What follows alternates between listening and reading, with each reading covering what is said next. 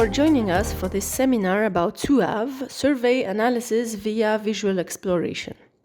Dr. Ilya Zaslavsky, Director of the Spatial Information Systems Lab at San Diego Supercomputer Center, will introduce this tool. It is for publishing and analyzing surveys and image collections. He recently extended SuAVE to building, curating, and analyzing worldwide co-authorship networks. This webinar will focus on constructing and exploring networks relevant to our research domains and use the offshore freshened groundwater network as an example. We will also see how SuAVE has been used in other projects relevant to offsource, such as TGR, which explores the academic landscape of transboundary groundwater research. The floor is yours, Dr. Zaslavsky. Christine Tang also joined from our side. She will be helping me with some portions of the presentation. Basically, I want to show you a series of demos of how you can use this tool to analyze networks and how you can construct your own network with different types of enhancements, such as with images, with additional ways to compute network indexes, and so on. This presentation will be shared with you after this talk, and there are several links that you will want to follow if you want to kind of do this work on your own. Basically, we will work through how you author a network with an application that we wrote, how you do the visual analysis. Some of you I know have created already accounts on these systems, so you can start publishing your data. And I should say that everything is free and open source, so that you can just log into the system and start putting this up. It was initially funded by NSF, so it remains free because I have a bunch of partners working with multiple projects. And that supports a fraction of a programmer. So I have several off-source examples that we will work through, but otherwise the key things are main website, documentation, and so on. So the system that I'm going to talk about is called SuAVE, which stands for Survey Analysis via Visual Exploration, and it has been used quite widely in multiple fields to publish surveys and galleries of images in biology, health, archaeology, geosciences, and other fields. So basically, you upload data to the system via a very simple user interface. Then immediately you can see the results, and you can do analysis using visual tools, statistics, mapping, R or Jupyter, annotate and share your findings. And recently we have enhanced that by integrating that with Line Survey, which allows you to set up online surveys and then channel the data into the visual analysis application. And also, mostly what I'm going to talk about is a system that allows you to extract bibliographic information and create co-authorship networks. The website is, I'm going to show it here, suave.sdsc.edu, and you will see that there are lots of interesting applications on the gallery. You can look at, well, I tend to show examples from art history, so we have collections of paintings, or you can look at geoscience applications and have fun with it. The idea is that to make the analysis very simple and very intuitive, there is basically no learning curve. We have used that with students, and they started using that right away.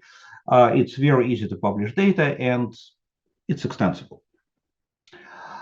So let me show you one example with the project that I've been working with. And both CT and I are members of a project called transboundary groundwater resilience, which has some parallels with off-source project, as I understand. So here we can start an application, and you will. I will show you a few examples of how we use that.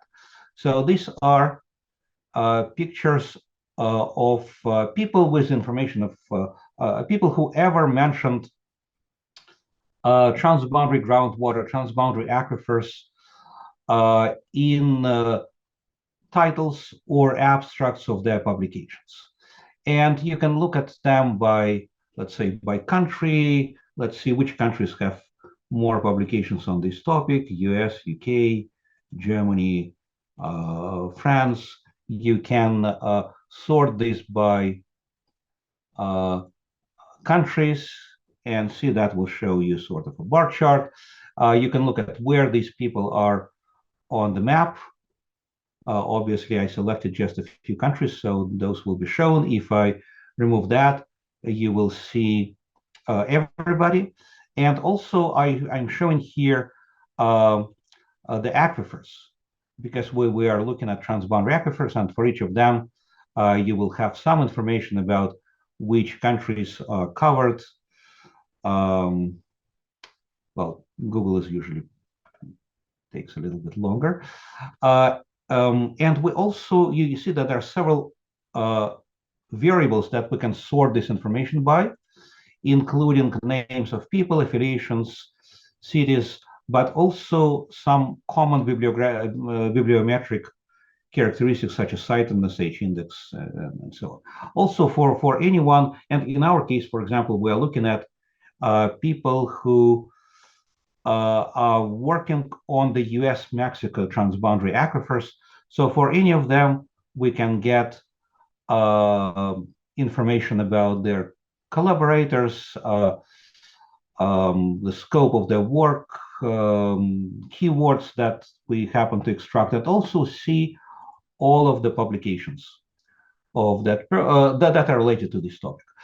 These publications are not necessarily in English, so some of them are in Spanish. In this case, we have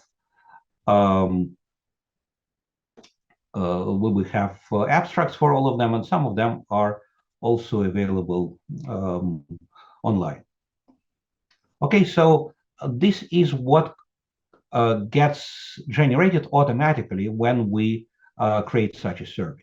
And one example of how we use that, there was a recent call for proposals from NSF, where we were asked to, the topic was to work with Ukraine and also work with countries such as Poland and the Baltic states, so that we can create an infrastructure that would help Ukraine during the war and during the reconstruction. And this could be on any topic. So we selected transboundary aquifers, and the first step would be to look at Ukrainian researchers and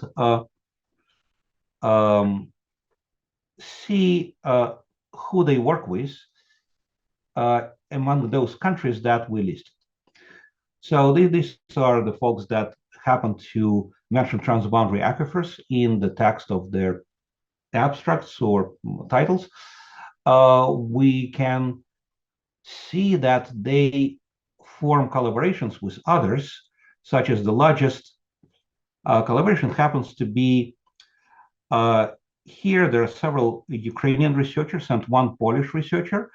I emailed her, and then we started looking at that list of people, and we figured out who is doing what, and actually several of them are on the front lines, so they cannot do research at the moment.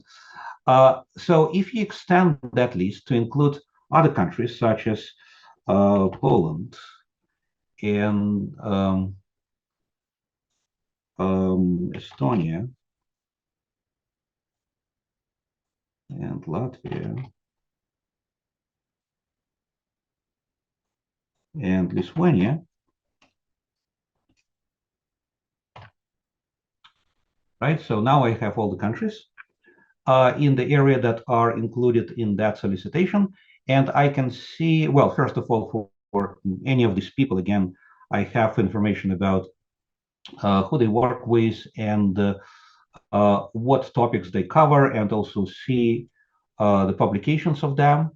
But I also can see how they are connected with each other through co-authorship network. And what you can immediately see here is that there are two clusters that are connected by one single person who has fairly high indexes of betweenness. That is all, there are more shortest links that go through this person than through others. There are a few other variables that we compute, such as prestige score, clustering, key player fragmentation. So I show that diagram to the Ukrainian researcher whom I'm talking with, and she says, "Oh, of course, we know him. He's very nice, very busy. So basically, we connect with this person, and this means that a very large portion of transboundary groundwater research network is kind of within reach now. So that's how you can use a system like that fairly efficiently. Moving forward to our next step, so we looked at analysis by keywords and concepts, and you see that here you can you not only search by country, you can also find, for example, all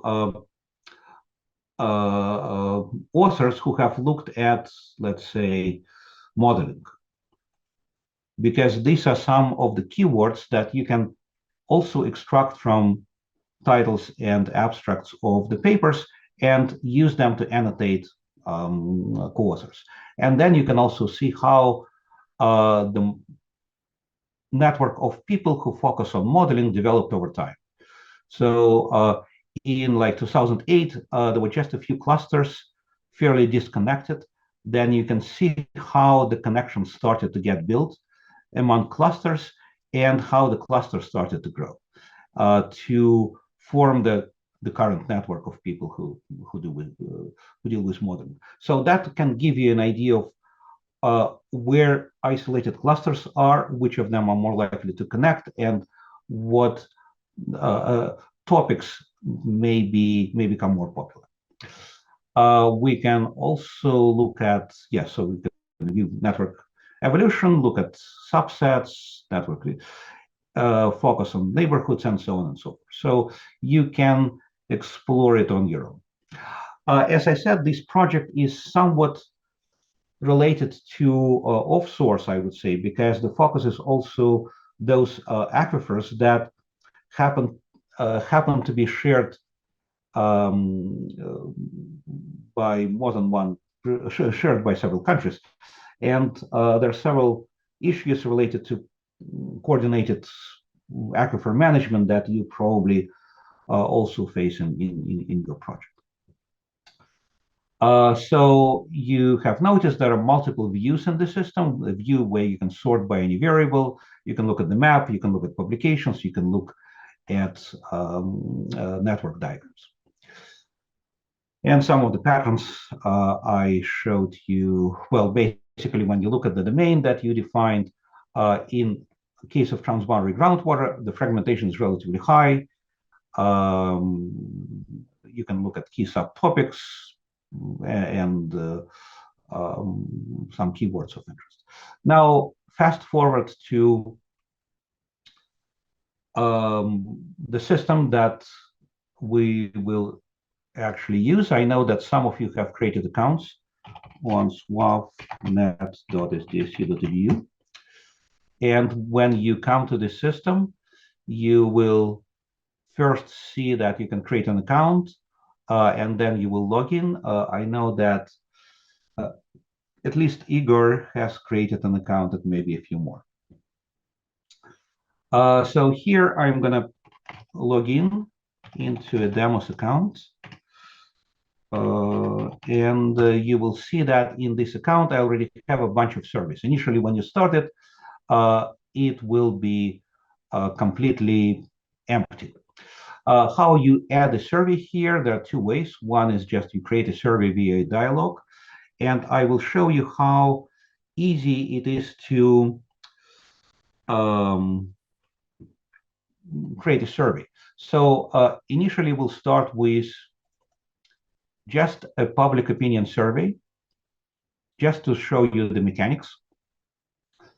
And you see that this is a CSV file that shows results of a survey where about 1,500 geoscientists have been asked about what kind of data are important to them, what discipline they belong to, how they're familiar with a specific problem, with a specific program, and so on, with whom they work on. So you see that each row is a person, and each variable, there are about 200 variables or so, is a question. So in order to, okay, so publish a new survey, I'll say that it's a demo one and choose a file. That file happens to be in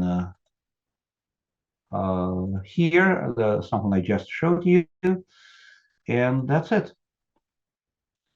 So you now have a new survey edit here. Of course, it will be pretty boring to look at because everything will be a default symbol, but you already can do something here. You can look at distribution of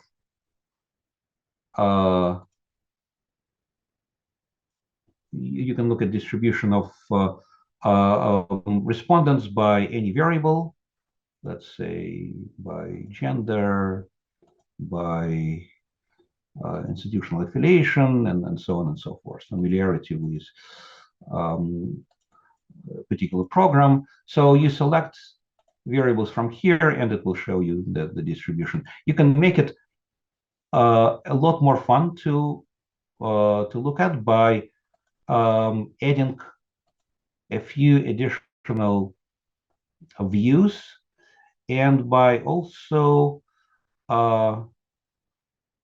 adding some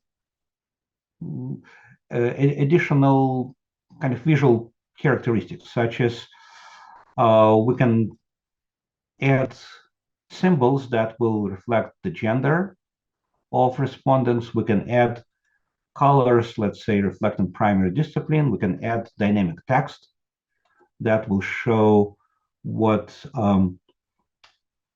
the primary role of the person is. And when you submit, you will see that the system gets updated. And now we can look at it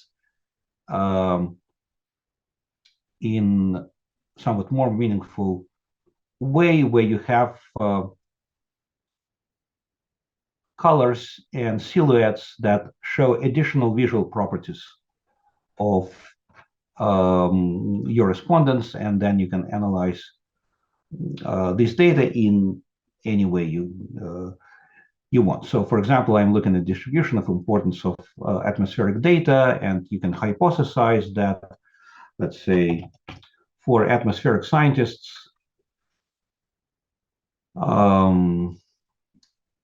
it will be, this data will be of high importance. Indeed, that's the case, because we now have people who respond to this data being critically important is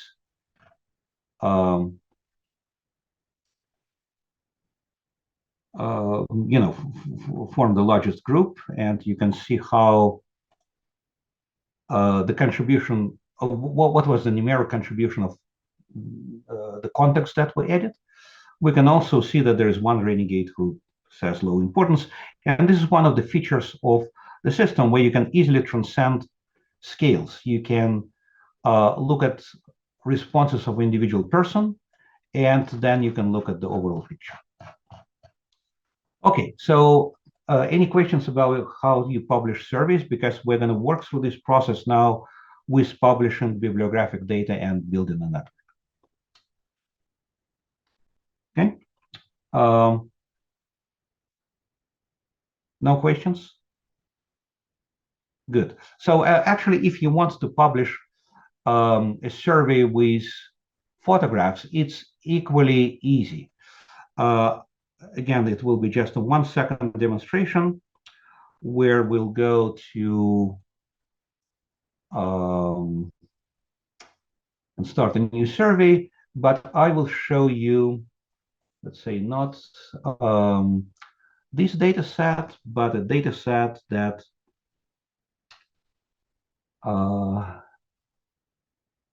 shows Picasso painting. So basically here I have images with names, and I have a CSV file with some metadata for each image.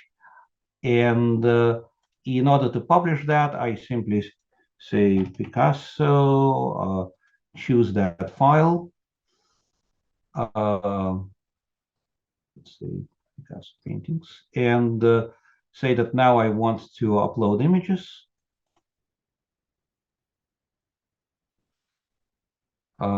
Select all of them, and that's it. Notice that it also saves full-size images on the server. That's optional, and that's normally what you want to do if you want to do some additional image analysis. So, for example, from these images, I can extract some statistical properties, RGB values, extract objects, and otherwise classify this data. Apply deep learning routine. So all of that is available through the Jupyter extension of the system. So now we have a new survey. I'm not sure if everything is uploaded now, because what the system does, okay, not yet. What the system does on the back end, it creates image pyramids from all images that I submit, so that when I zoom in to images, it publishes higher resolution versions of them. In the meantime, I can go here and add a few things, a few views. I can also say that, kind of describe the survey. This is demo. And yeah. So let's see if it uploaded already.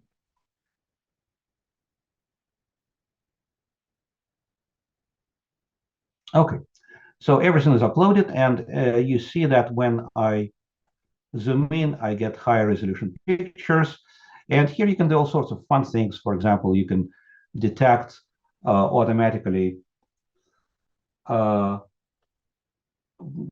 detects the blue period in Picasso paintings. A good question on chat: how can SuAVE connect the info in the metadata to the actual photos? Yes, that's a very simple question to answer. You saw that these are, each image has a name, right? Picasso 1, Picasso 2, and so on. And when you open CSV file, you will see that there's a column called image that has these names. Okay? That's actually very simple. All right. Now, so just to recap, you created an account here, you get a gallery, and that gallery will, you can make surveys in that gallery public, or you can make them private. This is how you specify, how you work with settings. Basically, you can add different views, you can add static maps. There's an image definition. When we published this data set, you see that if I now look at the settings for Picasso, it gives me the definition of the image collection that we just published. It also edit all those views, so I can see where, for example, where the museums are with Picasso pictures, paintings, and you can click on, say, in Paris. There are multiple, and for any of them, there's a description of the painting. You can double click on it and actually get to that specific painting that you're interested in. Okay, there are many ways that you can work with the system. Feel free to experiment. That's not the point. I want to get to how you generate and curate the authorship, co-authorship network. So we have an application that is called Corpus DB, and with this application, you can extract co-authorship information from a large bibliographic database that is called OpenAlex. I'm going to talk about OpenAlex in a minute, but how you start Corpus DB is you need to use the same login that you just created when you created your SuAVE account. So I'm going to go to, let's say, SuAVE demos, the same account that I used, and I can do search.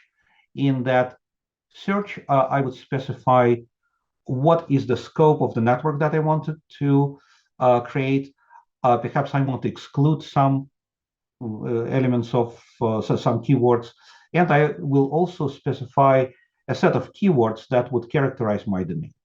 For example, I want to go to I want to describe the off-source network. Let's say we are typing. Give me a second here because I prepared that beforehand. Yeah, so we're looking for offshore freshened groundwater, right?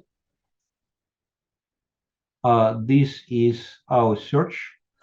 In fact, in this, I can say I would be looking just for offshore freshened groundwater as a phrase. And in that case, I would not return that many applications, if that many publications. If I say this, then it will give me all papers, I mean abstracts and titles where any of these three words were mentioned, but not necessarily in this phrase, in this sequence. I can also say, let's say, offshore has a synonym such as submarine. Freshened can be fresh. Groundwater can be, let's say, aquifer or aquifers.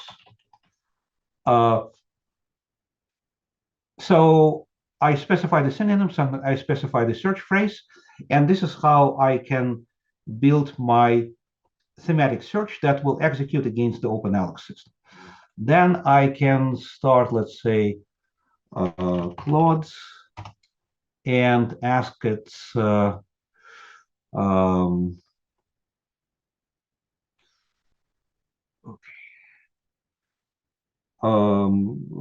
please create a bulleted list of keywords, let's say 30 keywords that characterize offshore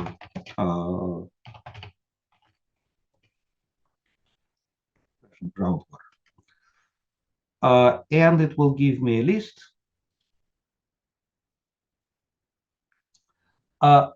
Now, I'm doing this in a very cavalier fashion, obviously. You may create a committee that will figure out what are the keywords that you want to use, but let's do it in a simple way. Here you can also use synonyms. So I have prepared that list before, and I will, let's say, go to Corpus DB now and plug in this list here.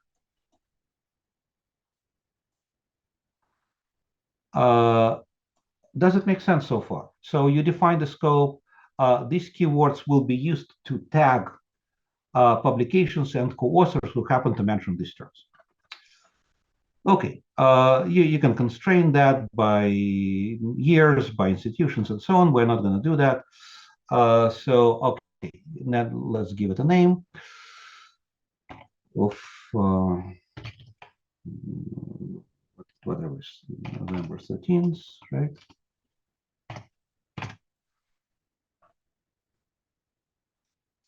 So eventually, it will come to my email that this request is computed, and let's actually go. I specified my Yahoo email, I think. That's obviously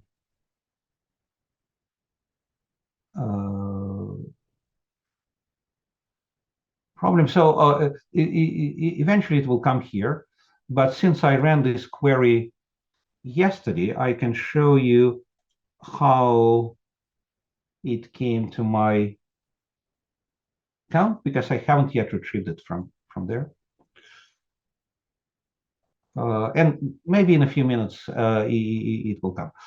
So let's see. All right. So that was a request for offshore and freshened and groundwater with the synonyms that I say. Basically, it came with a code and a request to retrieve it from the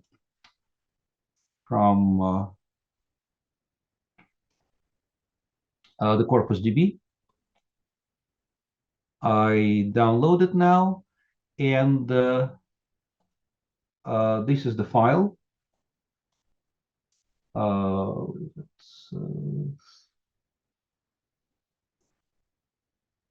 Okay, that's the file that just came in, 8:41 a.m. here.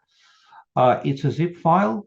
If you look inside, you will see that it has a CSV file that lists all publications. It has a CSV file that has all the co-authors and the network itself. The network is pretty large because I actually made it a bit more expensive this time. But then what you do, you go back to your SuAVE system and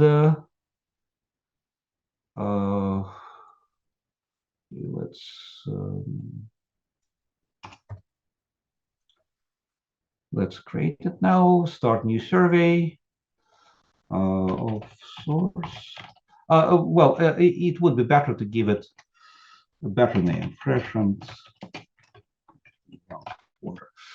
Upload corpus DB file. It came into my downloads folder, I believe. Yeah, just today, just now. Submit. And let's see what happened. So now we have a survey, which I think I can already show you. By default, we're not going to have photographs. We're going to have flags for each country. And you already can see the network that is generated here. It's a fairly dense network. I would say much more connected than the network that we had in transboundary aquifers. You can look at individual subsets of this network. So that's Germany-dominated group. You can look at it by, show it with various measures such as sightedness or H-index or so. And you can also see how it developed over time. Well, that network apparently, it would be more interesting to look at the entire network. So in the same fashion as before, we go to settings and we say, let's now have map and table and list and, well, we don't need to have a network view, it's already there. That's a slightly different network view. Jupyter, We click submit, and now we have the same view, but with the same application, but with more views.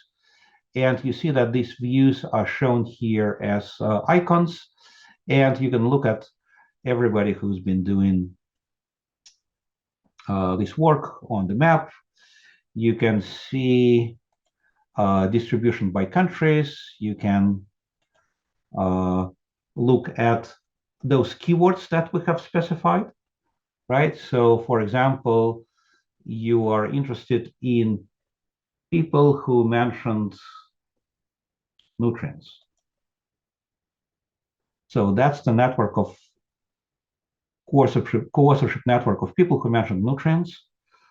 And you can see how it developed over time, which so apparently in 2001 there was not much, but then you can see how the network started to form, which countries started to join. Okay, so you get some basic idea of how to do that. There's a language that you can use to okay, so there was one slide about OpenAlex. OpenAlex is a free bibliographic system that is quite extensive because it includes a lot of sources that other sources do not, and has hundreds of millions of papers. And the group that develops it, they are actually actively curating the system. It's accessible via API. Unlike Google Scholar, it's free, well, unlike Web of Science, and it's actually much bigger than Web of Science and similar systems. So we looked at one way of doing search, that is by theme, but also you can have a list of authors. For example, you can have all people who are in the off-source network specify their OpenAlex IDs, and then it will build a network for those folks. And this is done by simply switching this mode from thematic scope to author kind of search by authors, but the results will be similar. You will get a zip file that you can simply upload to the system. Moving on. Yeah, so another thing I've done here is, yeah, that's just an example of how you can get the keywords and what thematic scope I used initially. Then what you discover here is that the system doesn't give you a very clean view, because you will see that if you look at people by name, some of them will have more than one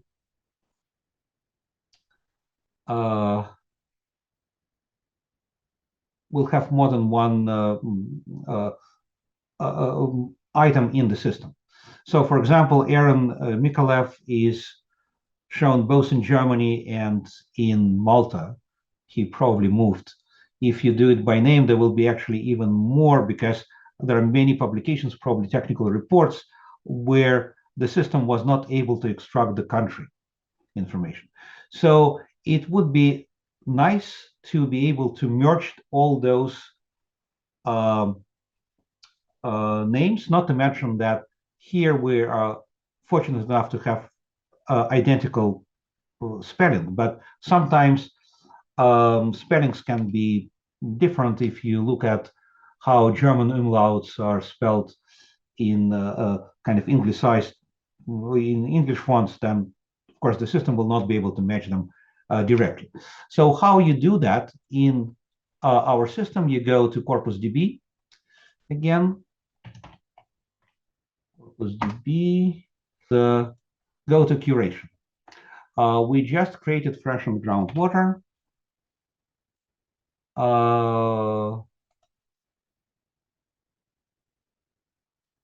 Example, and now we have an interface that allows me to Well, first of all, I'll remove non-latent characters, and then I look at duplicate names. You see that Aaron Mikalev has this number of records. And currently he is at the University of Malta. So if I want to merge this record, I will say, well, let's have record number 18 as the target one. Switching to the next one. Here it's pretty much the same, so it doesn't matter which record is the target. So I go through that. There actually, it may take you, I don't know, an hour, maybe an hour and a half. And then you merge all of them, save the results. You can also do fuzzy matching, something that I'm not going to go run through all of that because it's time consuming. Well, within the scope of our webinar, it's time consuming, but it's actually quite simple. And after that, what you save is another zip file that you can upload to the system in the same fashion. So this is what you can do here. There are several modes of merging records, and you specify the targets for merging. It's slightly different mechanism for when you match duplicate names versus fuzzy match, but it's fairly simple to figure out. Another thing you can do is you can add additional information to the map. In the transboundary groundwater case, I showed that we have transboundary aquifers. Here we can actually go to this Zenodo pub that allows you to did I click on that?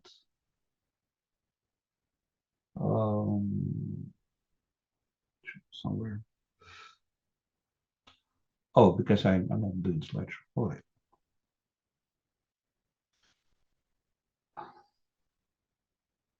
So you see there is a global database of offshore freshened groundwater records. I downloaded the CSV file, and what you can do with that, then you go to you geocode that file, and you can create a map like that.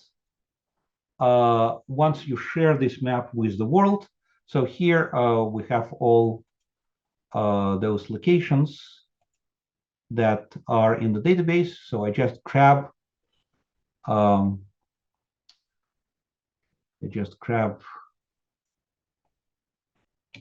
URL here and put it into my freshened groundwater example in here. And that's pretty much it. Now, when you open the system, you can should be able, if I'm trying to run very quickly, so hopefully I got it correctly.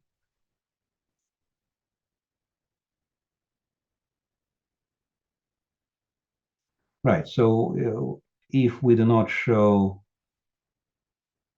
the authors, then you will be able to see all of those locations of offshore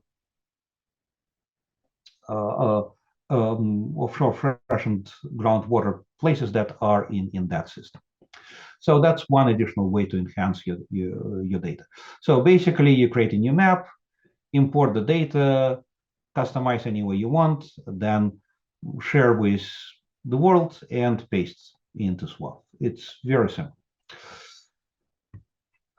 Okay, how you can use the system, and I think I'm almost on time.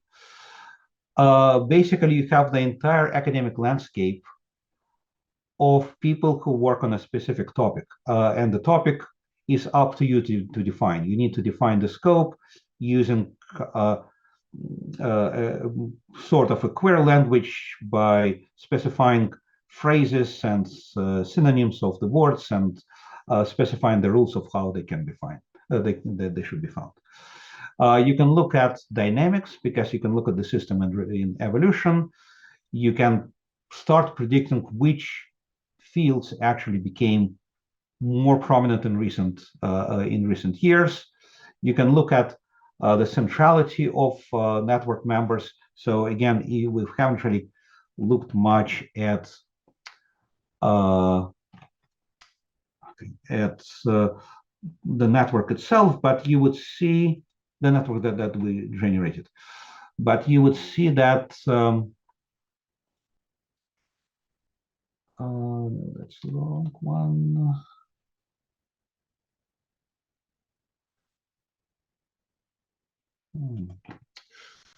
Okay.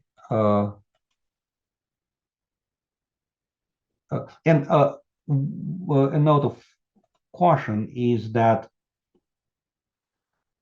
this is not yet curated. So here we have multiple items per person, but nevertheless, when you look at the network, you can see which authors tend to be more prominently shown, and you can look at, let's say, University of different countries or universities and see what is the centrality of different people by simply doing shift enter, and you get values of centrality, prestige score, clustering, and so on.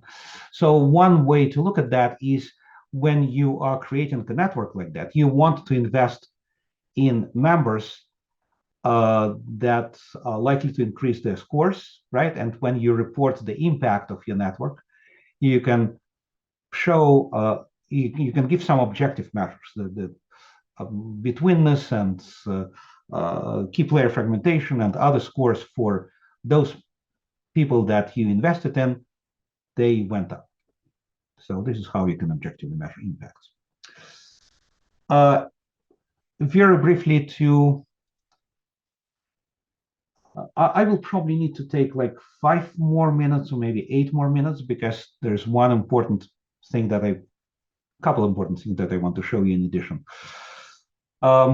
So we didn't come up with that way of analyzing transboundary groundwater network immediately. We started by trying to talk to people whom we know and have them register to the system that we developed.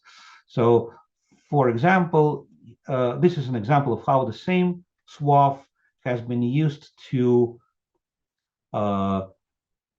create an online kind of database where people are expected to put in their information and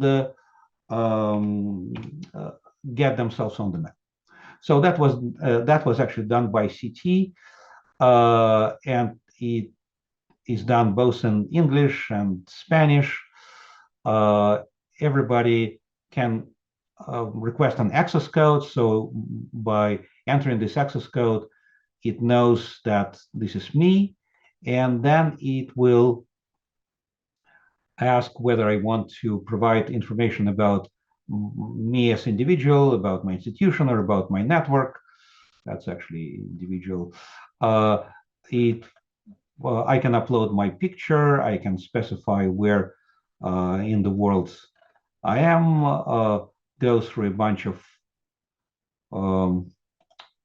Yes, I didn't answer something. Okay, so I'm here, and that there may be multiple sections like that. When you click submit, it will immediately update a system that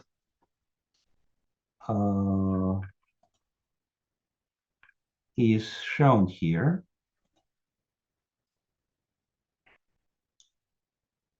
So it's again SuAVE, but now with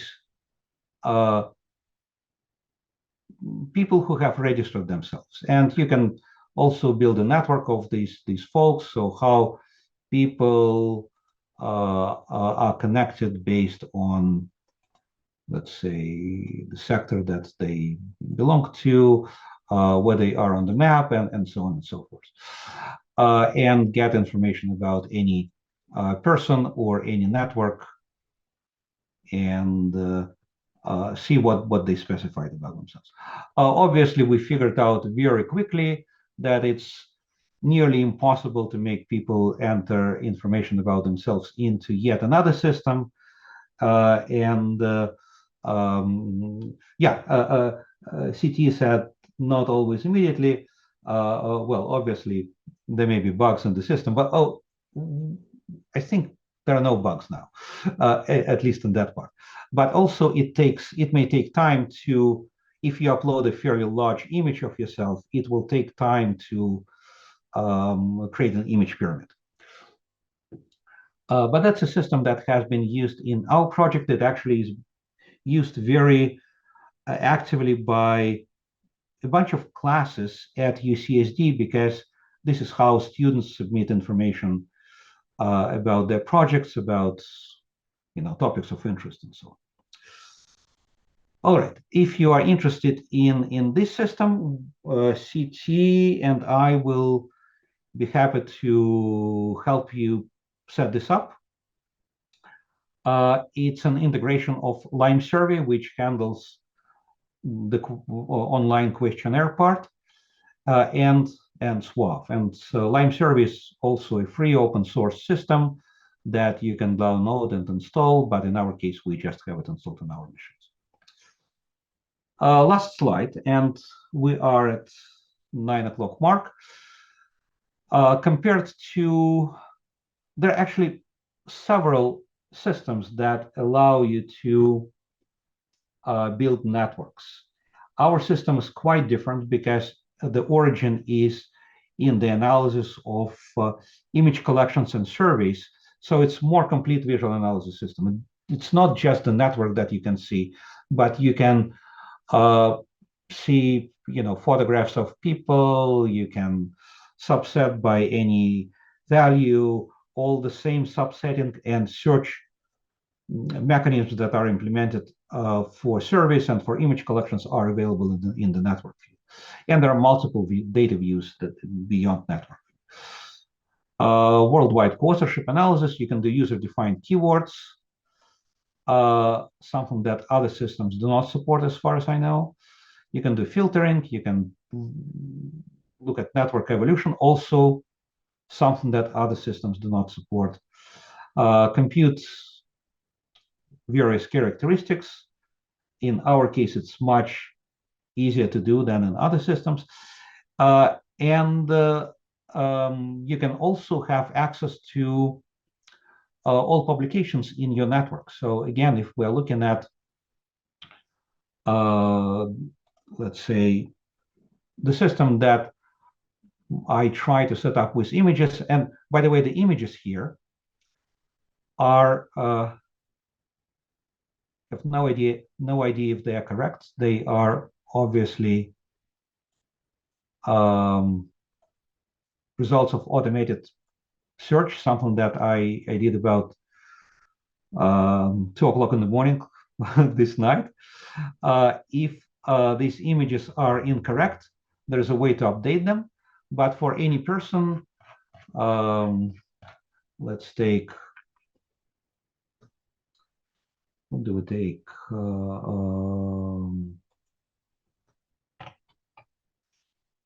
Let's take Hiba, right? For any person, we can see the publications, and we can look at the abstract of this publication. We can possibly go to the paper itself. In this case, it's an abstract at EGU. Same is available for everybody else who happens to be shown here. So if you are looking at Aaron,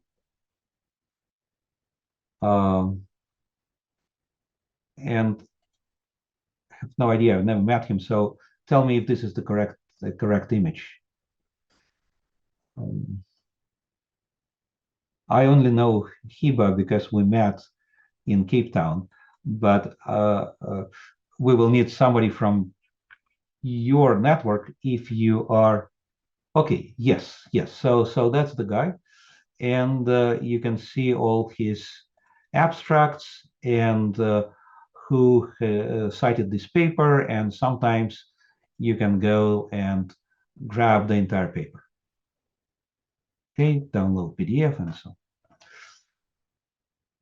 Okay, that was sort of a rapid fire webinar, but since I asked for 8 minutes, we have 3 more minutes for questions.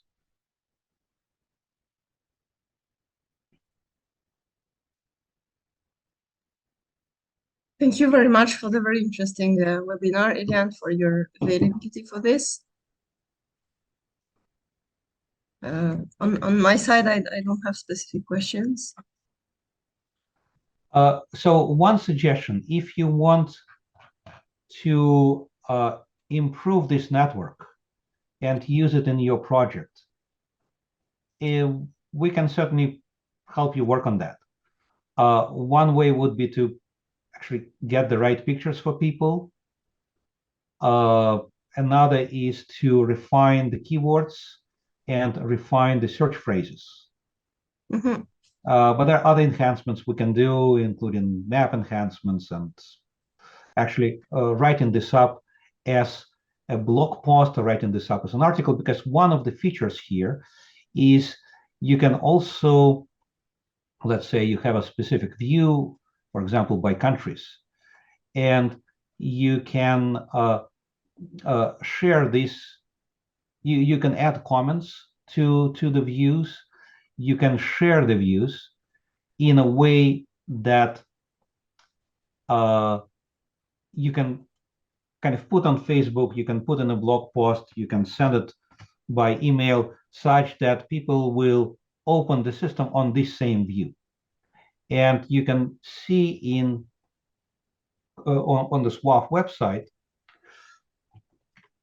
some examples of how such blogs have been written, where you can look at, let's say, some topic, and then from any statement you can actually jump into the application and experiment with it yourself. Okay. Great. Thanks a lot. All right. Hi, Ilya. I have a question. Mm-hmm. Yeah. I thought that was, well, it's an amazing tool. Thank you for this talk. It was a bit overwhelming. It's a lot of features and very interesting. Again, but what I think that it was very, what struck me, it was the capability of linking SuAVE with Lime survey. So I'm sure there is plenty of documentation about that, no? In the links that you provided? Yes. Okay.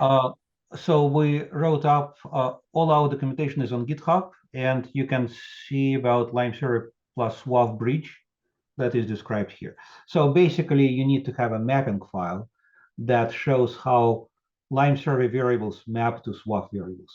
That's is set up as a Google Sheet, and it's fairly simple. And by the way, Lime survey, SuAVE can read directly from Google Sheets. So imagine that you have multiple people contributing information to a single Google Sheet, and then SuAVE can just sit on top of it. So the mappings file is that's an example of a mapping file, which basically says this SuAVE field name should be based on this Lime survey variable. You're familiar with Lime survey, sounds like, right? Very good.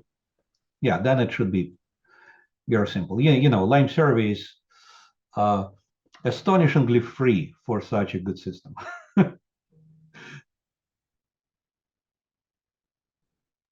I think we should also note that because it links to, I mean, you don't have to use Lime Survey if you don't want to. You can just export your information into a Google Sheet that you update, as Ilya explained.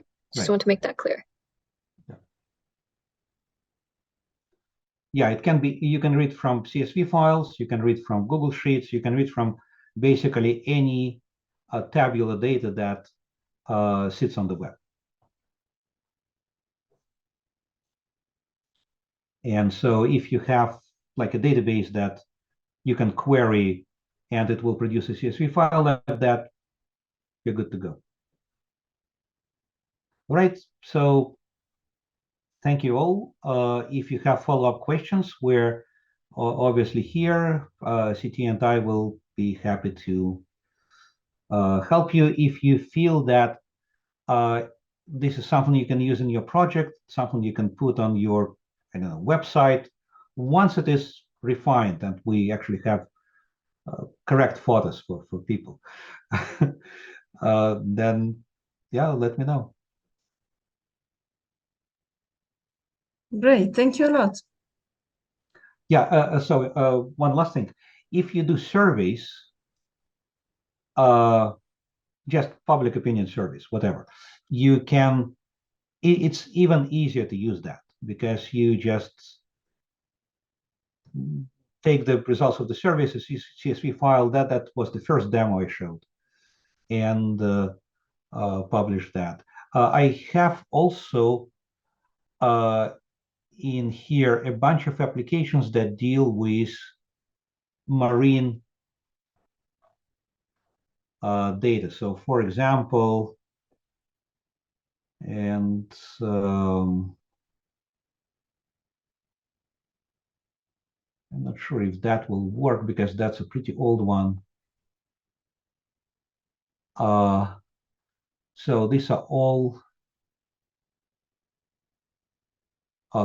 research cruises by, let's say, you can see all research cruises by, let's say, Scripps Institution of Oceanography. And look at them on the map. Even better would be to look at this type of view where you can see, oh, it takes a second to load.